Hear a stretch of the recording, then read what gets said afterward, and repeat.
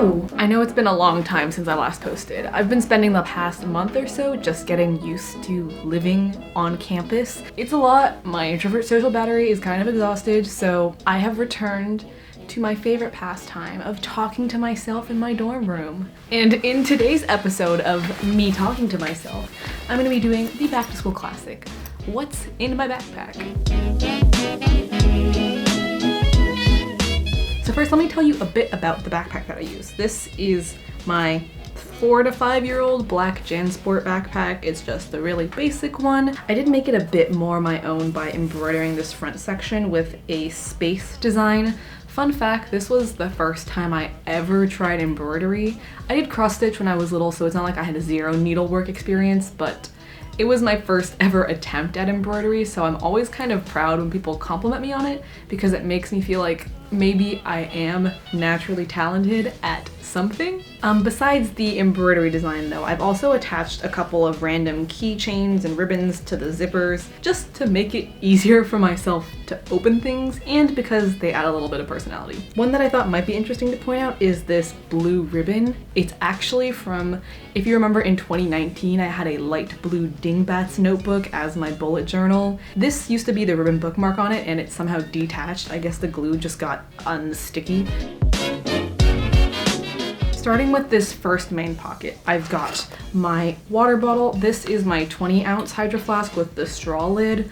I'm thinking of actually retiring this one out to being a house water bottle, just like how you retire your old exercise clothes and less cute t-shirts to be at-home lounge clothes. Not that I don't like this water bottle, I really like all the stickers I have. It's just a little bit too small. I always finish the entire thing before I'm done with all my classes for the day, so I bought a 32-ounce one. It's coming in the mail soon.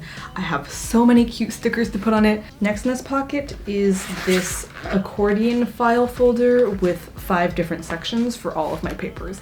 And the thing is, I bought this because I thought, you know, I have 3 classes, I can use 1 tab for each class and then 2 for different types of blank paper. But what ended up happening is that pretty much none of my classes have papers. Like the only paper thing I have in here is the syllabus for my communications course, which is also available on the website, so I don't really need the printed out syllabus. But I should probably stop carrying this around on my 30-minute walk to class and my 30-minute walk back from class for the sake of my spine health. It's not that heavy though, so for now, it's keeping its way in there as part of the aspirational, aesthetic, paper notes, paper everything study lifestyle. And in a similar vein to the aspirational, cute paper study lifestyle, I have my Kokio campus binder notebook. Right now, I'm still using this to take notes for my sociology class, since the lectures for that are fully online and asynchronous, so it's not like I have to fit my notebook and my pens and everything onto those tiny little side tables that I have in college lecture halls. Before the school year started, I made these 3 collage title pages for each of my classes, which is super cute, but it kind of felt like a waste of time because I only ended up doing paper notes in this notebook for one of my classes. For my other 2 classes, I'm using my iPad to take notes. I'm still testing out both methods, weighing out those pros and cons. Maybe in the future I'll do a video doing a more in-depth comparison of paper versus iPad versus typed notes,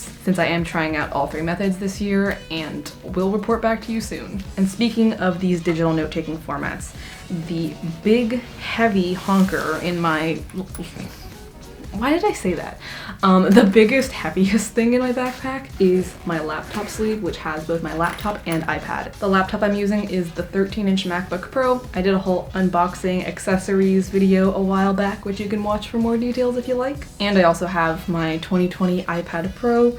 I decorated my case with these little stickers, which is kind of cute, I guess. I don't know. I don't really like the way I laid out the stickers, I'm gonna be honest. I do like this case since it has a little storage nook that allows my Apple Pencil to charge while kind of protecting it and preventing it from falling off into my laptop case or my backpack. In the larger pocket, I also have my pencil case. If you remember watching my videos for a very long time, you might remember that I used to do a what's in my pencil case every single year at approximately the birth date of my YouTube channel. So this year in 2021, we've just passed the 5-year anniversary and I didn't do one of these. but I can give you a little bit of a tour inside here. On the outside here, I like to paper clip any friendship bracelet that I'm working on. I make friendship bracelets kind of a lot as just a fidget thing. I used to do it in class during high school, which looking back was probably kind of rude to my teachers. But right now I just do this if I'm waiting around and I just want something to do with my hands that is fairly relaxing. This pen case has 3 different tray compartments and they're roughly organized into accessories that aren't used for marking things on one side, functional writing tools in the middle, and then colorful items on the right side. Honestly, I don't really use these as often as I'd like to. I've always been a stationery enthusiast, as you can probably see on my channel, but as time goes on, I'm starting to use more and more digital methods that have since displaced these analog note-taking methods. In the bottom, we've got some smaller accessories. I have this charger, which I can use for both my iPad and laptop since they both use the same USB-C charging component. I have some snacks. This is a practically empty bag of Target generic brand coconut trail mix. Pretty good stuff, I would recommend. I have a bag with my 3 metal straws. I have a lot of metal straws, so this is just the bag with my 3 that I've specifically designated as my travel metal straws as opposed to my at-home metal straws. And I've got my prescription sunglasses. It's pretty much always sunny here and I spend so much time walking outside that I really want to protect my eyesight while, you know, still being able to see. The worst feeling in the world is doing like double layered glasses and sunglasses. Oh my goodness. And that's everything in the big pocket. So now let's move on to this smaller front pocket. Here is where I keep most of my smaller items that are like everyday essentials. These are the things I would put in a purse if I wanted to go outside and I wasn't going to class, or more likely in my emotional support tote bag on my weekly trip to Trader Joe's, which is like the most exciting thing that I do every single weekend. First, I have a pack of gum. I'm kind of, I don't want to say addicted because that kind of downplays the seriousness of like actual addiction, but I consume a borderline unhealthy amount of peppermint gum. It's just so tasty, and when you've just eaten something, it kind of gets rid of that clammy, musty aftertaste, and it helps unstick little bits of food out of your teeth. It's just so great. I'm almost out though. I probably need to go more on my next trip to the grocery store. I have my wallet, which, you know, has wallet things. I also have my phone, which is probably my most essential of essentials. This is what I take with me if I'm going out on a walk or a run or just like stepping out of my room at any point. And on it, I have one of those little sticky phone wallets. In here, I have my Bruin card, which is the UCLA school ID. And this is essential for pretty much everything that involves living on campus. It opens the door to my building, to my dorm room. It allows me to swipe into the dining halls, to pick up my mail. Again, literally everything. It's so essential, and I've lost it so many times. Literally every time I filmed a vlog last year, I would lose my Bruin card at some point during the week.